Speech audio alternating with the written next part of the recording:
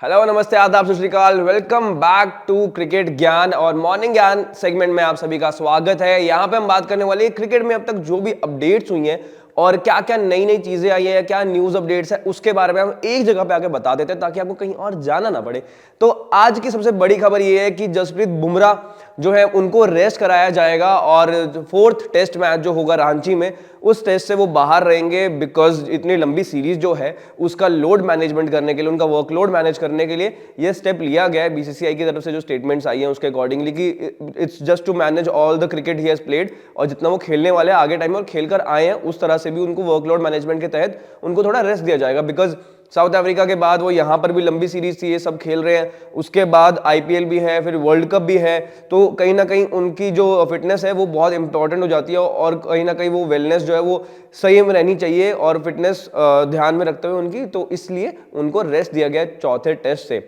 और चौथे टेस्ट में अब उनकी जगह पे कौन आएगा, तो उनकी जगह पे आएंगे मुकेश कुमार, जो कि तीसरे टेस्ट के बाद उनको रिलीज कर दिया गया था, लेकिन अब जो है वो वापस आ गए हैं और जसप्रीत बुमराह की जगह पे उनको कॉल किया गया है और वो वहां पर जगह लेंगे। अब प्लेइंग 11 में जगह बना पाएंगे नहीं बना पाएंगे वो एक सवाल रहेगा, क्योंकि कहीं ना कहीं जो र्यूमर्स हैं वो ये भी आ रहे हैं कि शायद से आकाशदीप जो है वो डेब्यू कर सकते हैं चौथे टेस्ट में जसप्रीत बुमराह की जगह।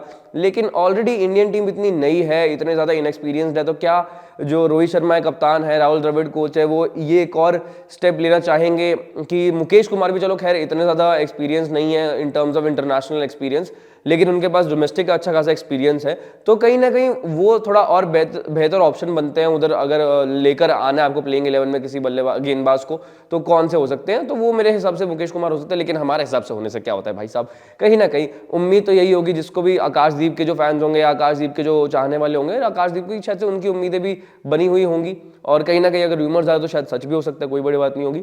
तो ये देखना होगा कि एक्चुअली जसप्रीत बुमराह की जगह कौन खेलने वाला है चौथे टेस्ट में। उसके बाद दूसरा बड़ा अपडेट ये है कि KL Rahul is still subject to fitness, वो चौथे टेस्ट मैच में नहीं खेलने वाले। पांचवें टेस्ट की अवेलेबिलिटी पे सब्जेक्ट टू फिटनेस अभी भी टैग लगा हुआ है, तो केएल राहुल भी अभी नहीं आएंगे। तो प्रोबेबली अभी जो नंबर है, जो नाम है, अभी भी रजत पाटीदार का रहेगा प्लेइंग 11 में, और देखते हैं कि क्या रजत पाटीदार यहाँ पे स्कोर कर पाएंगे नहीं कर पाएंगे।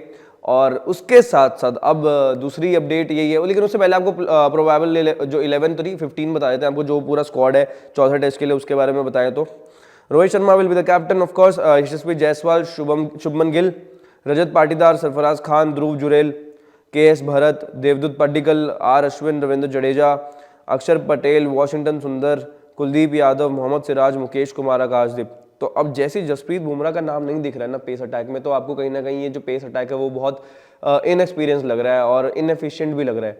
तो कहीं ना कहीं जसप्रीत बुमराह और मोहम्मद शामी कि जिस तरह की बैकिंग लेकर आते हैं अपनी टीम के लिए, वो एक अलग चीज़ है, वो एक्सपीरियंस, वो टैलेंट, वो पोटेंशियल अलग चीज़ है, और वो इम्पैक्ट अभी आपको सिर्फ नाम पढ़ते ही समझ में आ रहा है कि कितनी इनएक्सपीरियंस टीम होने वाली है। बॉलिंग यूनिट जो हमारी है, पेस बॉलिंग बेसिकली, कहीं ना कहीं मोहम्मद सिराज के ऊपर बहुत बड़ा रिस्पॉन्सिबिलिटी आ जाएगा कि उनको वहाँ पे विकेट्स भी निकालनी होंगी और अच्छा दबाव बनाना पड़ेगा।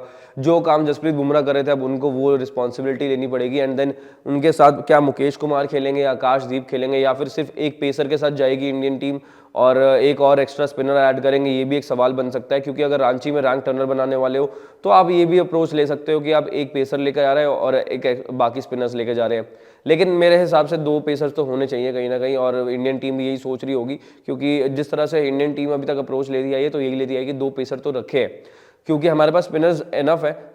चाहे आप रविचंद्रन अश्विन की बात करो या फिर आप जडेजा और कुलदीप की बात करो, तीनों के तीनों स्पिनर्स बहुत ही ज़बरदस्त हैं। और उसके अलावा अगर अक्षर पटेल है तो भी, अब चार स्पिनर्स आप लेकर आओगे, तीन मेरे को लगता है कि मेरे हिसाब से इंडियन टीम शायद दो पेसर्स और तीन स्पिनर्स के साथ ही जाएगी। अब देखना होगा लेकिन कि क्या होता है क्या नहीं होता। लेकिन इसके अलावा अगर अगले अपडेट की बात करें तो ऑफकोर्स विराट कोहली के बारे में जो बात चल रही थी और कि वो क्यों नहीं खेल रहे हैं, क्यों नहीं खेल रहे इतने टाइम से, अवेलेबल क्यों नहीं है इस इंग्लैंड की सीरीज़ के लिए, और एक्सपेक्टेशन थी कि शायद से new family member is going to come in their family. तो और वही हुआ कि they been blessed with a baby boy and उसका नाम रखा गया है आकाय कोहली। तो ये एक बहुत बड़ा अपडेट था और पूरे फैंस जो हैं वो तो भाई मतलब क्या ही बताएं, वहाँ पर हर्षोल्लास की दौड़ लग गई और एकदम पूरे देश में ऐसे मतलब ऐसा हो गया कि भाई ओहो हो क्या ही मज़ा आ गया, ये न्यूज़ इतनी ज़बरदस्त मिल गई है।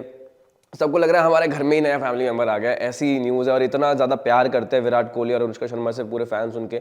तो ये बहुत बड़ी न्यूज़ थी। और अकाय जो नाम है वो बेसिकली गॉड महादेव शिव जी के नाम पे रखा गया है उनका नाम, और वामिका का नाम जो था वो दुर्गा माता के नाम पे रखा गया था। तो ये इस तरह से जो दोनों नाम है काफ़ी ज़्यादा बड़े डेप्थ के साथ रखे गए हैं दोनों के। तो कहीं ना कहीं congratulations first of all to both of them, Virat Kohli और Anushka Sharma. But Indian team के जो विराट कोहली हमारे हैं उनकी भी अब कमी थोड़ी ज़्यादा खलने लगी है। तो अब सवाल ही हो जाएगा क्या 5वें टेस्ट में विराट कोहली अपने आप को अवेलेबल कर पाएंगे, नहीं कर पाएंगे। उसके साथ साथ विराट कोहली की एक फोटो भी वायरल हो रही है काफ़ी ज़्यादा, जो जैकेट में वो दिख रहे हैं लंदन में, कैप वैप डाल के रखी हुई है। तो वो एक फोटो काफ़ी ज़्यादा इंटरनेट पे वायरल हो गया कि काफ़ी टाइम बाद विराट कोहली को देखा गया है और काफ़ी टाइम से गायब चल रहे थे। तो ऑब्वियस सी बात है कि काफ़ी ज़्यादा फैंस जो हैं वो उस चीज़ को सर्कुलेट कर रहे हैं कि एक्चुअली विराट कोहली की एक झलक देखने को मिल गई है। तो इस सब के बीच मतलब ये एक ज़रूर अच्छी खबर थी। और उसके साथ साथ सब जो फैंस हैं वो भी बहुत खुश है, not just Indian fans, Pakistan में इतना खुश है कि वहाँ मिठाइयाँ बांटी जा रही हैं भाई साहब। तो इतनी ज़्यादा खुशी है कि पाकिस्तानी जो आवाम है वहाँ पर भी मिठाई बांटी जा रही है। ये भी देखने को मिला था कि सब लोग बहुत खुश हैं और इस न्यूज़ से कि भाई Virat Kohli has been blessed with a baby boy. तो काफ़ी ज़्यादा प्यार, और स्पोर्ट्स शायद इसी चीज़ से इस चीज़ को जोड़ता है, दो मुल्कों को एक जोड़ता है। और क्रिकेट स्पेशली इतना ज़्यादा बड़ा है दोनों के दोनों ही मुल्कों में, तो वो बहुत अच्छी बात है। और खूबसूरती यही है इस देश की और इस गेम की कि यार सब लोग एकदम साथ रहते हैं, हम बीइंग इंडियंस, और हम भी रेस्पेक्ट करते हैं उस चीज़ की। And we are also happy to see that कि यार एक्चुअली इतने ज़्यादा खुशी मनाई जा रही है। उसके बाद अब बड़े अपडेट की तरफ चले एक और, तो जो रणजी ट्रॉफी हैदराबाद की टीम है और हैदराबाद एसोसिएशन है, क्रिकेट एसोसिएशन हैदराबाद की, उनके जो चेयरमैन है, प्रेसिडेंट है, उन्होंने ये बोला है कि मिस्टर जगन मोहन राव, उन्होंने बहुत बड़ा प्रॉमिस कर दिया है हैदराबाद की टीम को कि अगर वो रणजी ट्रॉफी जीतते हैं तो हर एक प्लेयर को BMW कार एंड पूरी टीम को 1 करोड़ कैश दिया जाएगा रिवॉर्ड के तौर पे।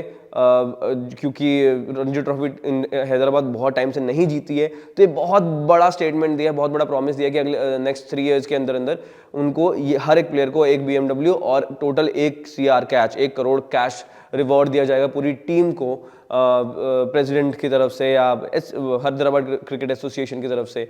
बता दें कि जो हैदराबाद की टीम है उन्होंने रणजी ट्रॉफी लास्ट टाइम जो जीता था उन्होंने सिर्फ 2 बार जीता है, और वो भी बहुत पहले, मतलब 1937-38 के सीजन में और 1986-87 के सीजन में।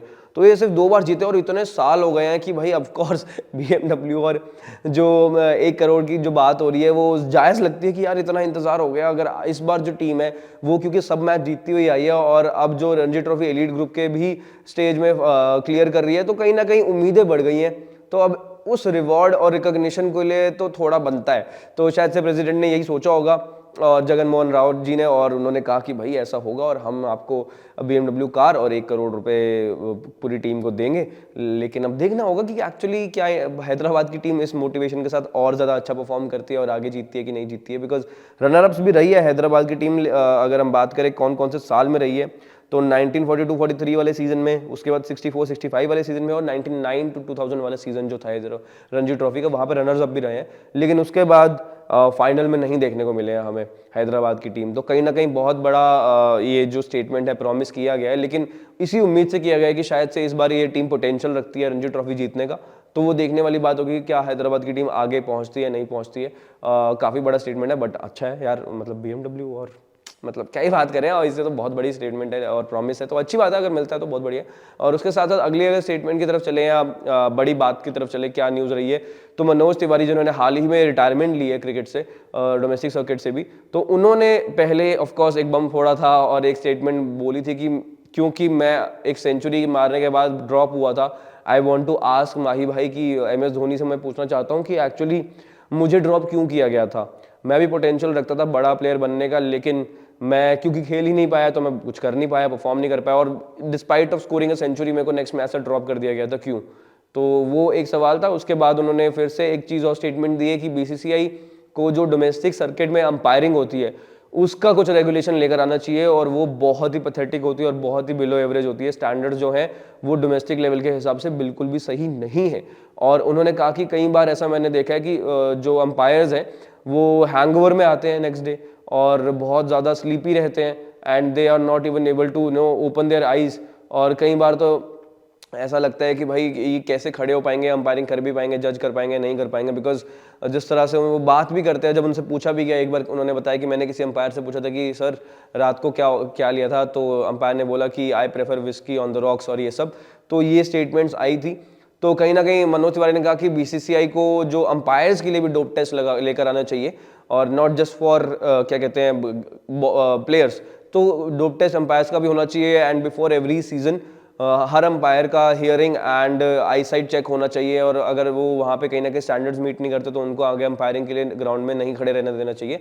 अपार्ट फ्रॉम दैट अगर कुछ भी होता है तो मैं I would really if BCCI is open to suggestions, I am happy to share my suggestions. लेकिन ये सब चीज़ें मैंने देखी हैं डोमेस्टिक सर्किट में, और 1 या 2 साल नहीं, मैंने सालों से देखी है कि जो अंपायरिंग है वो बहुत ही बचकानी भी होती है। कभी कभी तो ऐसा बहुत बिलो स्टैंडर्ड्स होती है कि आप डोमेस्टिक सर्किट पे ये चीज़ें अफोर्ड नहीं कर सकते हो, क्योंकि हर एक प्लेयर का फ्यूचर जो है वो इस पर टिका रहता है। कहीं ना कहीं अगर एक गलत डिसीजन और एक प्लेयर का फ्यूचर खराब हो सकता है, पोटेंशियल खराब हो सकता है। तो ये सब मनोज तिवारी ने बोला, और कहीं ना कहीं जायज़ भी लगता है ऐसी बात कि हो सकता है, पॉसिबिलिटी बन सकती है। अगर इतना सीनियर खिलाड़ी इतना साल जिसने खेला है वो ये ऑब्जर्व करके बोल रहे हैं, तो कहीं ना कहीं उस चीज़ की कन्विक्शन और उस चीज़ में फैक्ट तो होगा। अब ये तो बाकी बीसीसीआई पे डिपेंड करता है कि वो इस चीज़ को कैसे इन्वेस्टिगेट करेंगे और एक्चुअली क्या ये सच है कि नहीं है, वो देखने वाली बात होगी। अब नेक्स्ट पे चले अगर, तो इयन चपेल उन्होंने बोला है, एक कमेंट दिया है, एक स्टेटमेंट दी है जो कि है फॉर जो रूट की। जो रूट को जो बल्लेबाजी अभी कर रहे हैं बेसबॉल अप्रोच के साथ वो नहीं करनी चाहिए, और वो नेचुरली अपना गेम खेले तो ज़्यादा बेहतर प्रदर्शन करेंगे। तो कहीं ना कहीं ये बोला गया है बिकॉज जिस तरह से जो रूट अब तक हाल ही में खेलते आए हैं इंडिया टूर पे, वो जस्टिफाई नहीं करते उनका पोटेंशियल और उनके पास जितने रन्स हैं उसको भी। जो वो टैलेंट रखते हैं, जो पोटेंशियल रखते हैं, वो अलग है, वो कैलिबर अलग है। तो उनको अलग अलग शॉट खेलने की जरूरत नहीं है, कुछ टेढ़े मेढ़े शॉट खेलने की जरूरत नहीं है। अगर वो अपना नेचुरल गेम खेलेंगे तो वहां पर रन्स बना सकते हैं, ऐसा इयन चपेल ने कहा। एंड साथ साथ उनको प्री डिटरमाइंड शॉट्स तो कभी खेलने ही नहीं चाहिए कि वो पहले सोच के बैठे हैं कि मैं पैडल मारूंगा, पैडल स्कूप मारूंगा या ये करूंगा। उस तरह के शॉट्स ना खेलें और अपना नेचुरल गेम खेलें तो ज़्यादा बेहतर होगा। और कहीं ना कहीं जो भी ये चीज़ें चल रही हैं, आप बेसबॉल को साइड में रख के अपनी नेचुरल गेम खेलोगे तो आप परफॉर्म कर पाओगे, और ज़रूरत भी है परफॉर्म करने की और रन्स बनाने की। तो काफ़ी बड़ा ये एक स्टेटमेंट दिया है इयन चपेल ने, क्योंकि सब लोग यहाँ पे हैरान परेशान है कि भाई एक्चुअली बेसबॉल की वजह से किस तरह का परफॉर्मेंस हो रहा है जो रूट का। और उसके साथ अब कृष्णाचारी श्रीकांत के स्टेटमेंट की तरफ अगर चले, तो उन्होंने बोला है कि जिस तरह से बेसबॉल अप्रोच चल रही है, आई थिंक कि England team next flight ticket करा के जा सकती है, because end of the day कोई रिजल्ट नहीं दिख रहा है। आप एशेज की बात करो, यहाँ पे इंडिया टूर पे आकर भी बात करो, कहीं पर भी results end of the day England के फेवर में नहीं जा रहे हैं। ऑफकोर्स क्रिकेट अलग खेल रहे हैं, बट उससे क्या फर्क पड़ रहा है? क्या रिजल्ट अच्छा आ रहा है या फिर इम्पैक्ट अलग पड़ रहा है? कुछ भी नहीं है। End of the day result जो है वो दूसरी टीम के फेवर में जा रहा है, और आप सीरीज नहीं जीत पा रहे हो, तो ये मैचेस नहीं जीत पा रहे हो, तो कहीं ना कहीं आपका अप्रोच जो है ये बहुत ज़्यादा बड़ा हवा बना दिया है। एक प्रोपागेंडा है जो कि खुद इंग्लैंड ने शुरू की है और इसको बहुत बड़ा बना दिया है, और ज़्यादा इसकी जो पब्लिसिटी है इस तरह से की जा रही है कि एक प्रोपागेंडा बना दिया और इसको बहुत बड़ा दिखाया जा रहा है, और ऐसा कुछ नहीं होना चाहिए। अप्रोच जो है वो गलत है। और उसके अलावा फिर माइकल क्लार्क ने इस स्टेटमेंट में बोला है कि बेसबॉल जो अप्रोच है उसके बारे में बेन डकेट जब बोल रहे थे कि जिस तरह से हम खेलते हैं, हमने काफ़ी लोगों का जो अप्रोच है वो बदला है, और जो यशस्वी जायसवाल की जो परफॉर्मेंस है उसका भी श्रेय लेना चाह रहे थे कि भाई जिस तरह से हम खेलते हैं उसको देखते देखते इंडियन टीम भी जो है वो अलग गेम खेल रही है बेसबॉल की तरह। तो माइकल क्लार्क ने उस चीज़ में बोला है कि वही ऐसा लगता है कि इन लोगों ने ऑस्ट्रेलियन क्रिकेट को नहीं देखा है। आई डोंट थिंक कि they have seen Australian cricket that closely, because अगर आप जस्टिन लैंगर की बात करें या फिर डेमिन मार्टिन, या फिर आप बात करें एडम गिलक्रिस्ट की, मैथ्यू हेडन की, तो रिकी पॉन्टिंग की, तो सब लोग जो है अग्रेसिव क्रिकेट ही खेलते आए हैं टेस्ट क्रिकेट में भी, और उसी तरह का अप्रोच रहा है जिस तरह से वो अब बेसबॉल के नाम पे जो अभी चलता है। लेकिन वो बेहतर अप्रोच था, अग्रेसिव भी था, लेकिन और रन्स भी बनाते थे ज़्यादा। तो कहीं ना कहीं ये चीज़ तो यार हमारे साथ भी थी, इंडिया में भी हमारे वीरेंद्र सहवाग थे, सौरव गांगुली थे, तेज़ी से रन्स बनाते थे। तो ये चीज़ तो हमने भी देखी है पहले से कि तेज़ी से रन बनाना आता है काफ़ी बल्लेबाजों को हमारे, लेकिन अब ये बस उसको नाम दे दिया गया बैस बॉल, उसको ब्रांड बना दिया गया एक तरह से, तो इंग्लैंड की टीम को ऐसा बोला गया। लेकिन ठीक है, जिस तरह से भी खेलना है खेले, लेकिन एंड ऑफ द डे अगर रिजल्ट आपके हित में नहीं आ रहे तो कहीं ना कहीं एक सवाल बन जाता है। तो ये सब थी बड़ी अपडेट्स इंडियन टीम की तरफ से और पूरे ओवरऑल क्रिकेट जगत की तरफ से। और ऐसी वीडियोस देखने के लिए, ऐसी लाइव डिस्कशंस का पार्ट बनने के लिए क्रिकेट ज्ञान को सब्सक्राइब करना मत भूलना। Thank you so much, that's all from this video.